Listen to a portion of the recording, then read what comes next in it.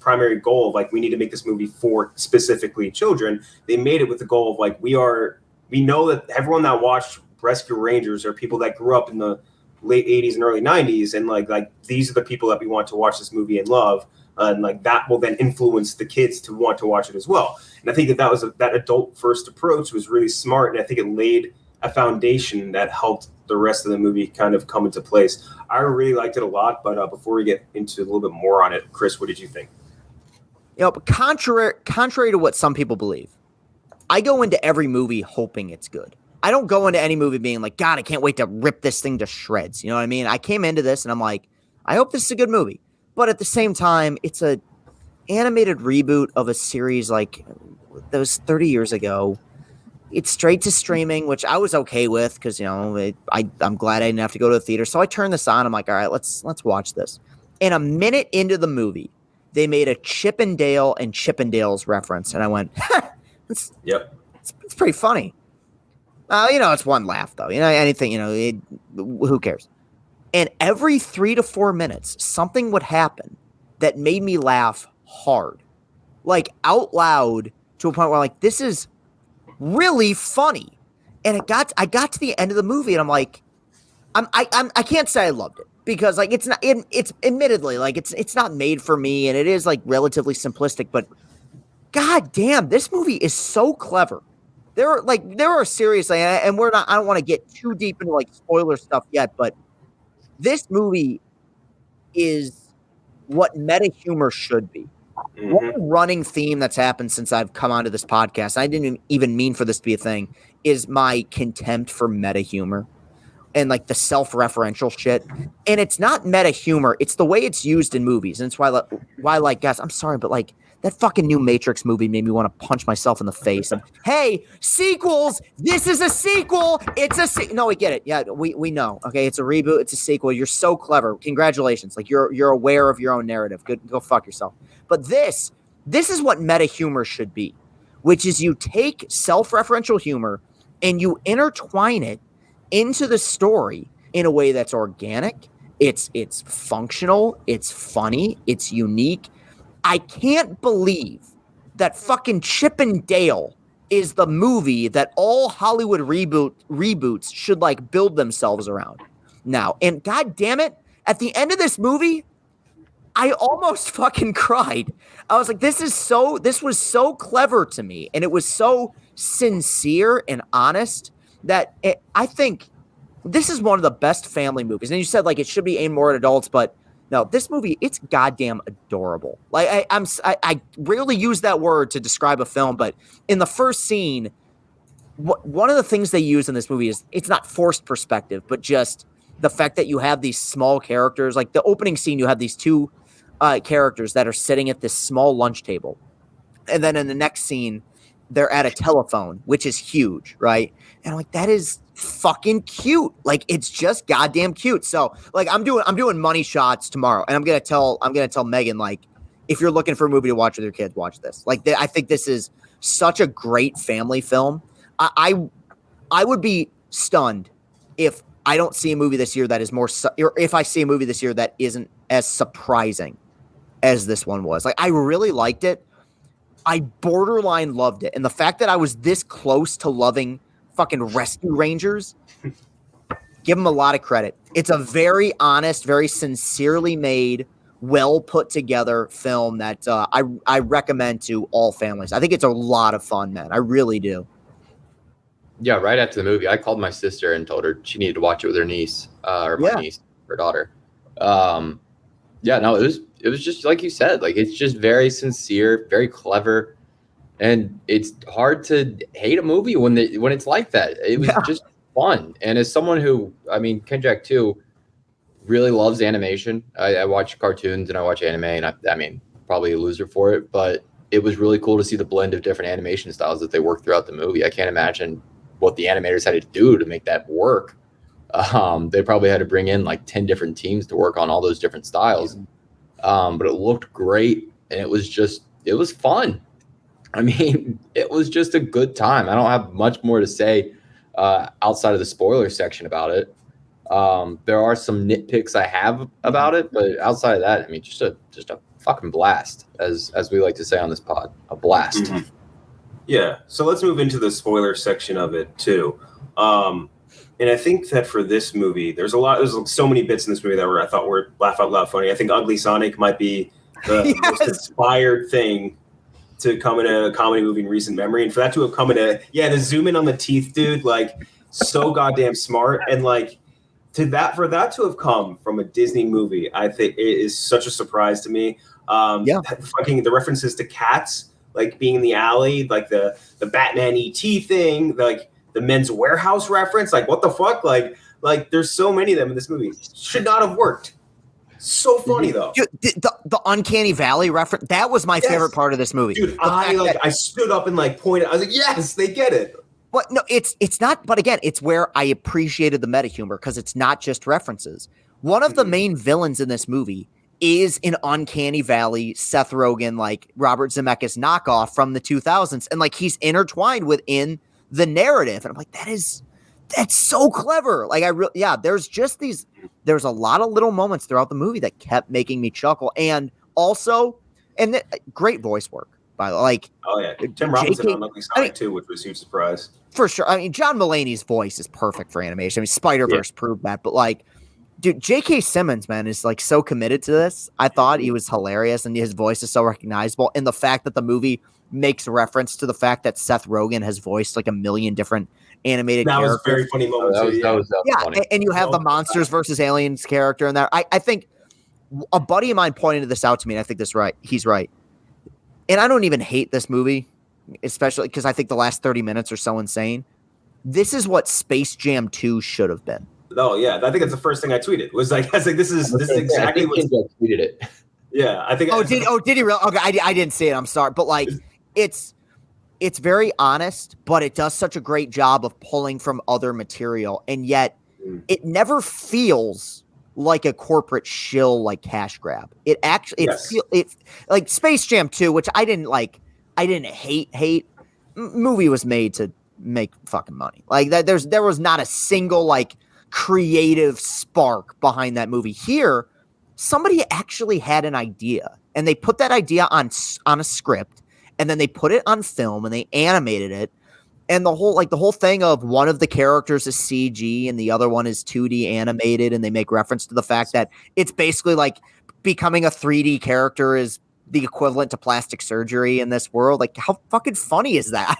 And using that to make fun of like Alvin and the Chipmunks too was so smart. Like that was. I think they took a direct shot at Space Jam at one point because they say like, oh, they always want the cartoon characters to rap, and one of the worst parts of Space Jam was like, yo, what up, it Porky Pig? Like, yeah, what? Well, no, one thing I got from this movie is, did Mulaney help write this, or did they just? I don't know, actually. I'd have to check.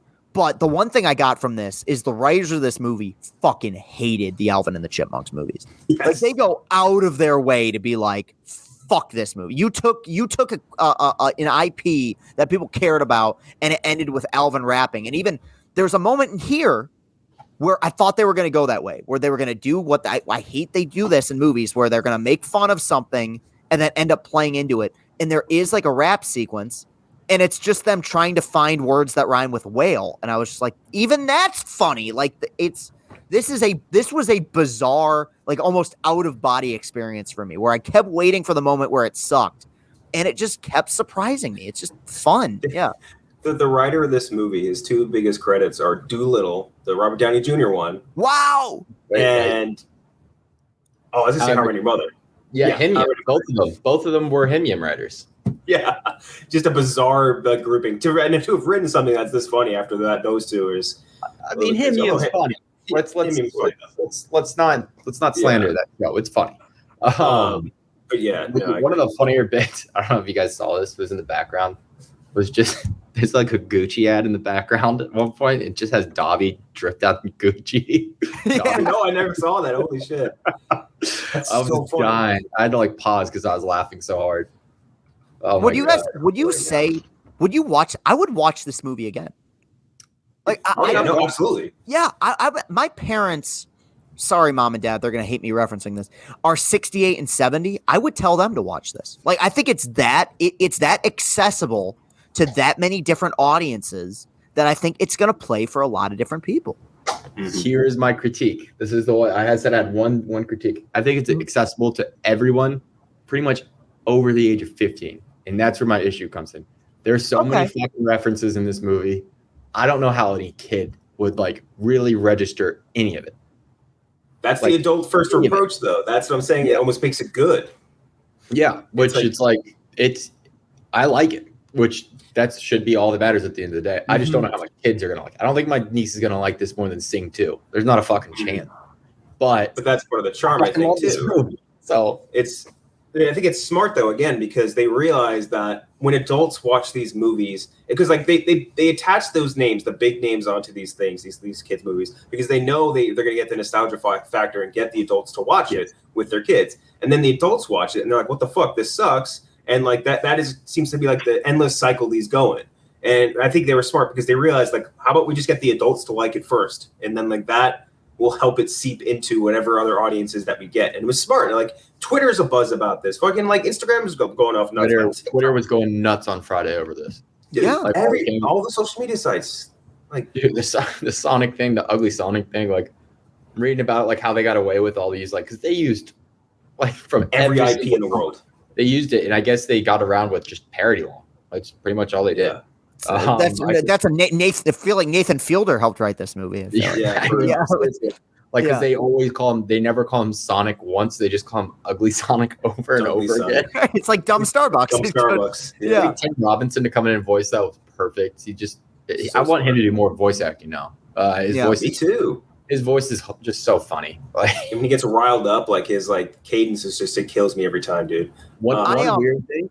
I was looking at the cast list because you know how they had Batman obviously in it. Oh, we're in the spoiler section. So Batman and E.T. Will Arnett's on the cast. Will Arnett didn't voice Batman in this. Just kind of crazy. By the way, this is the longest I think it's ever taken me to identify Will Arnett in a movie because his voice is so distinct. It took me like a solid probably like 10, 15 lines of dialogue for me, like, oh, it's Will Arnett. Like because I didn't know the cast outside the big two players going into it, which is kind of nuts. There's some weird name. Like Ross and Marshall Thurber was in this. Don't remember that. Really? The first LCB interviewee? Yeah. Wow. The Paul Rudd cameo. I guess we haven't mentioned that. So funny. Aunt Man. Going to be Aunt Man. Yeah. That was funny. Go ahead. I'm sorry. Wait, I feel like I keep talking over you, but I'm stunned by how much I like this. I just wanted to respond to your criticism because I do get it.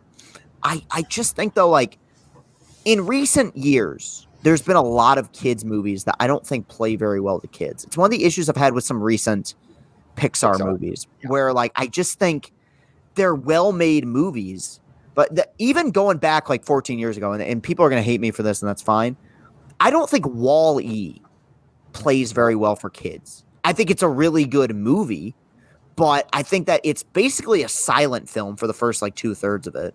And but like this is a movie that I think it'll play well enough for kids because the animation is great. And ultimately there's enough really unique and fun adventure elements to this where I think young kids can get attached to it. And even beyond that, there's a ton of self-referential humor, but there's a lot of just like legitimate sight gags and honest humor that I think kids will like at the end of the movie, the J.K. Simmons character getting attached to a newspaper and then like peeling himself off. And he's got like, I could see 7-year-old me watching that and thinking that was like the funniest thing ever. So I get your criticism.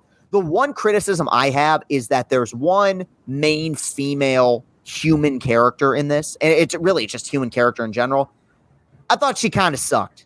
I thought all the cartoon characters were really funny and all the cameos from the humans were really funny.